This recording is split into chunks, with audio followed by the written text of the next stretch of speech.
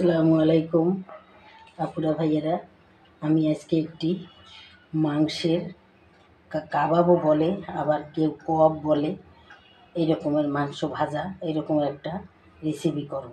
এর আগে একটা করছি, কিন্তু সেটা আমি ভালো করে দেখাইতে পারিনি, শুধু ভাজাটাই দেখাইছি। আজকে আমি মশলা সব কিছু দিয়ে এটাকে সিদ্ধ করি, তারপরে কিভাবে এটা তেলের ভিতরে কিংবা চর্বির ভিতরে ভেজে কব বানাই কিংবা কাবাব বানাই, সেটাই আমি আপনাদের দেখাবো। তাহলে আমি দেখেন, আমি এখানে প্রায় 2 কেজির বেশি মাংস হবে। আমি ধুয়ে পরিষ্কার করে নিয়েছি, মাঝারি মাঝারি সাইজে টুকরো করছি।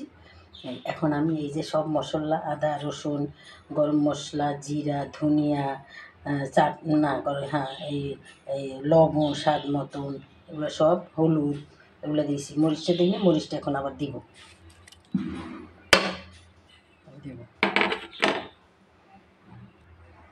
এখন আমি এই যে মরিচটা এটা পরে দিলাম। এখন আমি চুলা জ্বালিয়ে সামান্য একটু পানি দিয়ে এটাকে সেদ্ধ দেব। মাংসটা আমি সব কিছু দিয়ে সামান্য পানি দিয়ে এখন আমি ঢাকনা দিয়ে বসিয়ে দিলাম সেদ্ধ হওয়া পর্যন্ত। তারপর আমি আপনারা দেখাবো। দেখো ভাইয়েরা পুরো আমার কাবাবের মাংসটা সেদ্ধ হচ্ছে। সেদ্ধ হয়ে গেলে পানিটা যখন একদম টেনে যাবে, মাংসটায় মশলাটা সব লেগে যাবে, তখন আমি চুলা বন্ধ করি মাংসটাকে ভেজে ফেলবো। মাংসটা দেখো সেদ্ধ হয়ে পানিটা টেনে গেছে একদম। এখন আমি মাংসটাকে তুলে অন্য একটা কড়াইতে তেল দিয়ে সুন্দর করে ভেজে ফেলবো। দেখো এই যে কড়াইতে তেল দিয়েছি, এখন আমি এই যে মাংসগুলা ঢেলে দেব। মাংসগুলো আস্তে আস্তে করে ঢেলে দেব। দেখো ভাইয়েরা পুরা, এখন আমি মাংসটা তেলের ভিতরে দিয়ে দিলাম। এখন আমি ভাজবো আস্তে আস্তে, মাঝারি আছে মাংসটাকে আমি সুন্দর করে ভেজে নেব।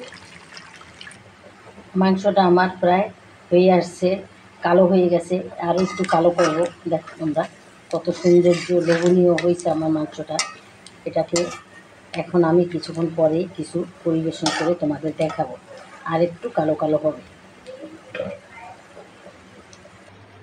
দেখো ভাইয়েরা পুরা, আমার মাংসর কাবাবটা হয়ে গেছে। কব বলে কেউ, কব বলে কেউ, কাবাব বলে।